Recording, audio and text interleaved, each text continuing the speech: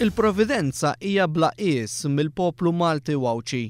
Dan hu l-messaġġ li ħareġ fit-tmiem il-festi kif nhar l-ewwel tas-sena saret maratona kbir ta' fondi b'risq id-Dar tal-Providenza.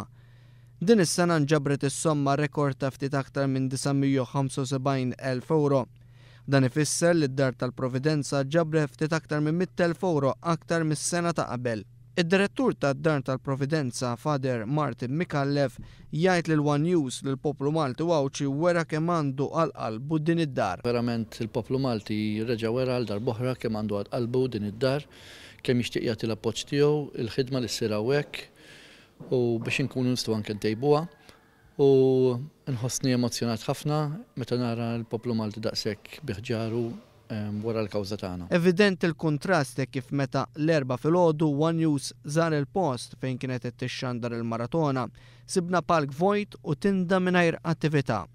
Madankollu dak li sibna huwa xhieda tax-xogħol li jsir biex tkun tista' tittella maratona bħal din.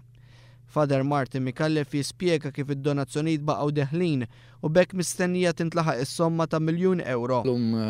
Kellna wkoll il-kunċert ta' tfal, tal-korrijiet ta' tfal, n-nies komplew jiġu jagħtu d-donazzjonijiet tagħhom, u allura ċert li anke fil-ġranet li ġejjin il-miljun se nkunu qed naqbżuh tajjeb. Id-Dar tal-Providenza għandha bżonn ma' 3 miljun euro fis-sena biex kompli topera u toffri ambjent ta' familja lil persuni b'diżabilità li l-koll għandhom id-dinjetà tagħhom. Għandna bżonn mal 10,000 euro kuljum, 3 miljun u nofs fis-sena.